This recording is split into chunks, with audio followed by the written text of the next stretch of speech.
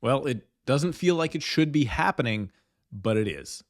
House prices are going back up again across the entire country.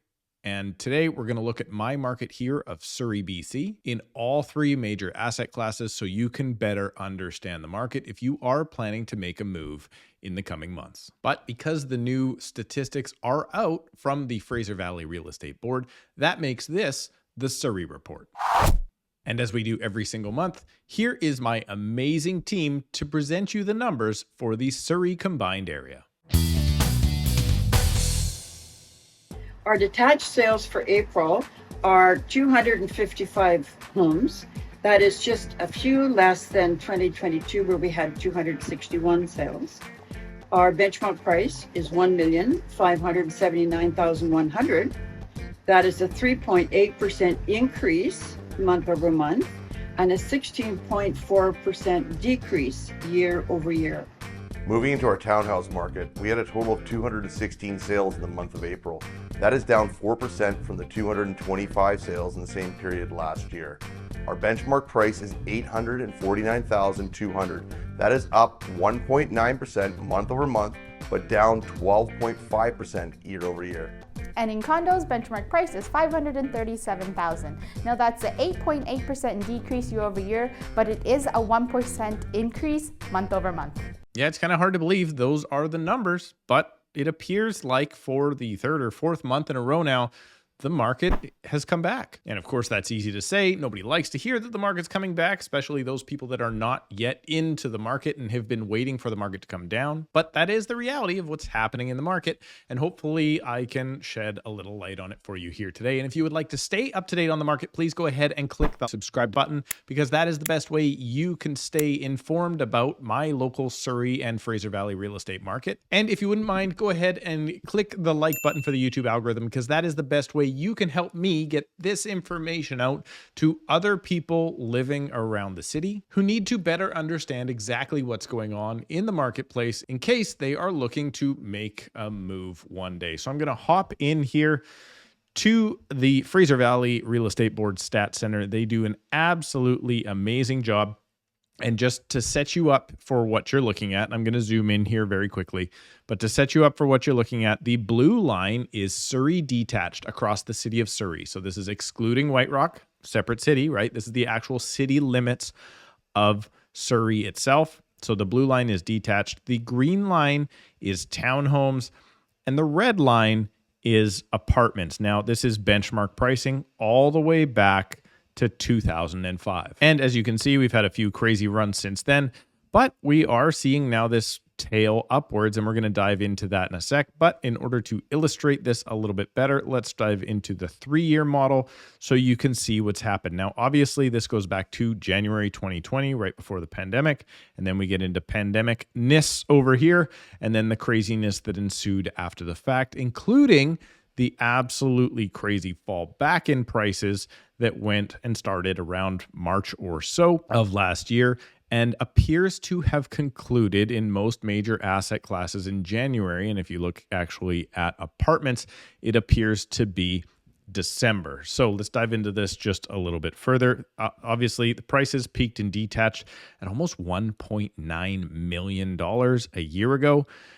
And then it came down to as low as $1,493,000 again in January. But since then, let's take a look at what's happened. We went up, let's call it $10,000 in February. We went up another almost $17,000, let's call it in March. And this last month, we've seen an increase from 1.521 up to 1.579. In townhouses, January 2 was the bottom, down here at $796,000 across the city. We saw an increase up to 803 in February. March saw 833, so a $30,000 increase in that month alone, and now we are almost at $850,000. Condos seem to have bottomed a little bit earlier. Condo apartments, 502 in December, and then they actually ticked upwards, 515 in January, 522, so another tick up there. March, we were looking at 531, and at this point, 537. Now, I am a little bit weary of the market at this point in time. Normally when I see, and this is pretty typical, detached will take off faster. Normally when you see detached take off, condos are very quickly thereafter going to do the same thing. Well, it's usually then townhouses and then condos. So when houses take off like they do in this manner, if this continued exuberance in the marketplace keeps up, well, you can assume that apartments will be shooting up very quickly in the next 2 to 3 months or so.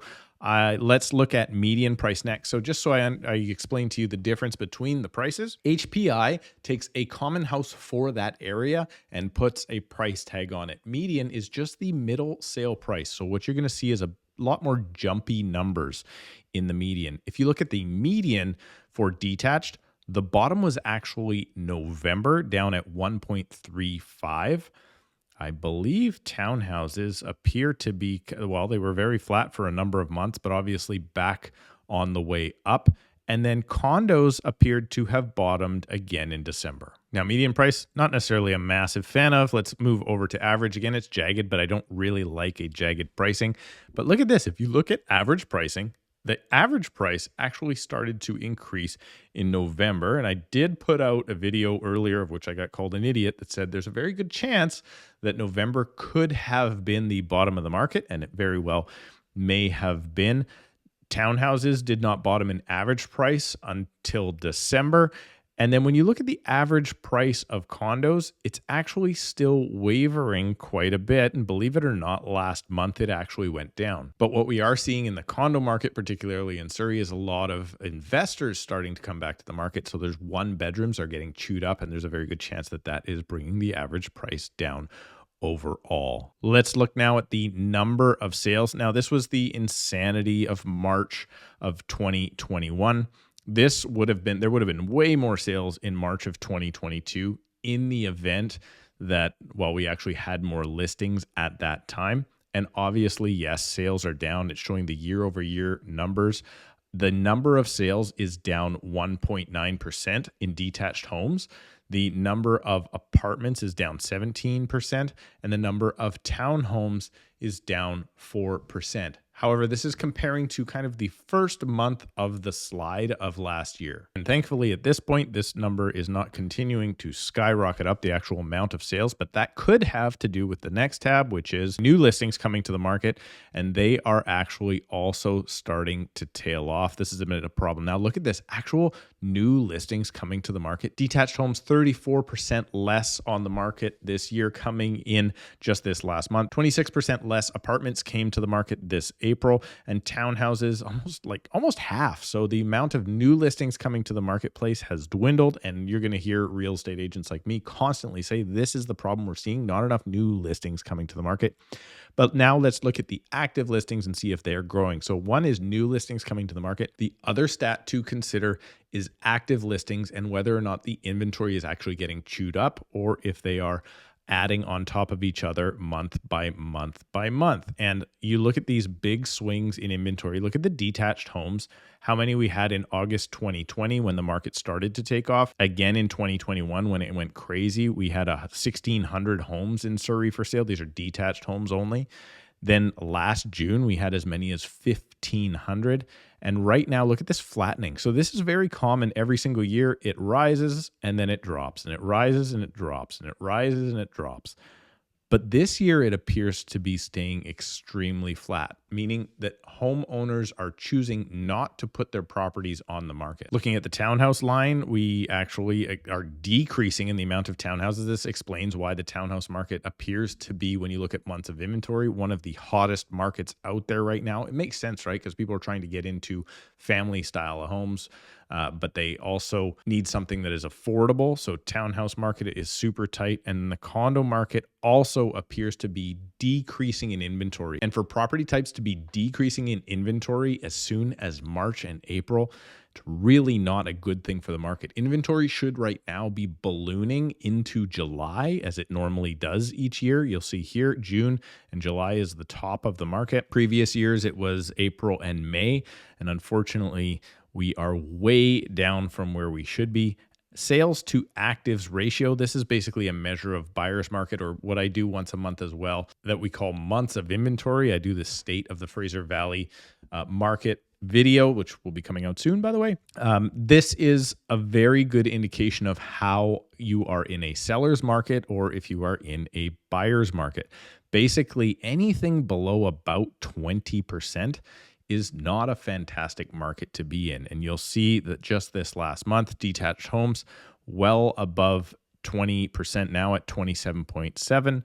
The apartments are at 47% consumption, and townhomes, more than 50% of the new listings coming to the marketplace are getting chewed up. Now look at that townhouse market, 78% higher than last year. Apartments are actually lower than the same time last year, but apartments tailed off again after the rest of the market did. So that makes a ton of sense. And look at this absolute insanity here. In December of 2021, 171% of the townhomes that were on the market got sold. So that just means the amount of turnover, obviously that kind of doesn't make sense, but that means you're chewing up inventory from previous months as well that are selling so quickly. So it's absolute craziness. I know.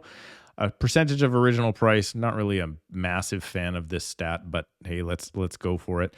It was very typical for the longest time that you would sell at 97, 98% of list price. Obviously, when the market took off, look at townhouses. The average townhouse sold for 113%. And then it actually went down in the December 2022 market at the bottom of the market to as little as 95% of asking. So if you're asking $100,000 for your property, there's a really good chance it's going to sell for $95,000. I know a lot of people like to think that, hey, there's going to be deals out there and list prices are going to be coming down and you're going to be able to get a negotiated discount on your listings. Well, that's still only usually in a bad market, maybe 5% off of the list price. So something to consider. But look at this. We have just crept up, and townhouses in April are now selling on average for the full asking price of the property. Price per square foot, I'm not going to touch on. I think it's kind of a silly metric, specifically in detached homes. It's very apparent in condos that it's important, but not so much in detached homes. And then let's look at the average days on market. Now, January 2020, the average days on market, just so everybody kind of gets a point of reference, coming out of a very bad 2019 market, 62 days on market for detached, and then 48 and 49 for townhomes and apartments. Now, days on market in April 2021 just absolutely tanked, and you'll see at the beginning of last year, it was the same thing. The average home actually sold within 12 days if you were an apartment about a year ago. And that's because usually you were holding off offers for the first 7 to 14 days. So something to consider there. We'll look at the average days of market in January peaked. Again, this is kind of inverse to the market. So if days on market peak, that actually means it's a down market. They peaked at 47 days in detached just this last January. And now all asset classes are selling at less than 1 month on average. So it appears to me at the moment, the marketplace is back. Here's now where I feel like the market is going, and this is only a feeling, so please don't rely on this for your next move, but it does feel like we have entered a regular spring market, something that Vancouver may not have seen since 2014. What that means is all of the properties do come to the marketplace in and around that kind of March and April. And then by the May long weekend, most of the exuberant sales are out of the way and the summer slows down. So that's actually where I hope we are headed. But at this point in time, it's starting to look like the undersupply is causing a problem. So that is something to keep an eye out for. And the undersupply is likely caused by people holding onto the asset because it's worth less than it was last year. They can still make the payments. And now there are a whole bunch of new people that have moved into the country to the tune of 1 million people coming into Canada last year. And that seems to be propping up the marketplace. If you are thinking about making a move within the city of Surrey, you can go ahead and book a call with me right now using the link in the description below. Thank you so much for subscribing, clicking the like button, and we'll see you in a couple of days.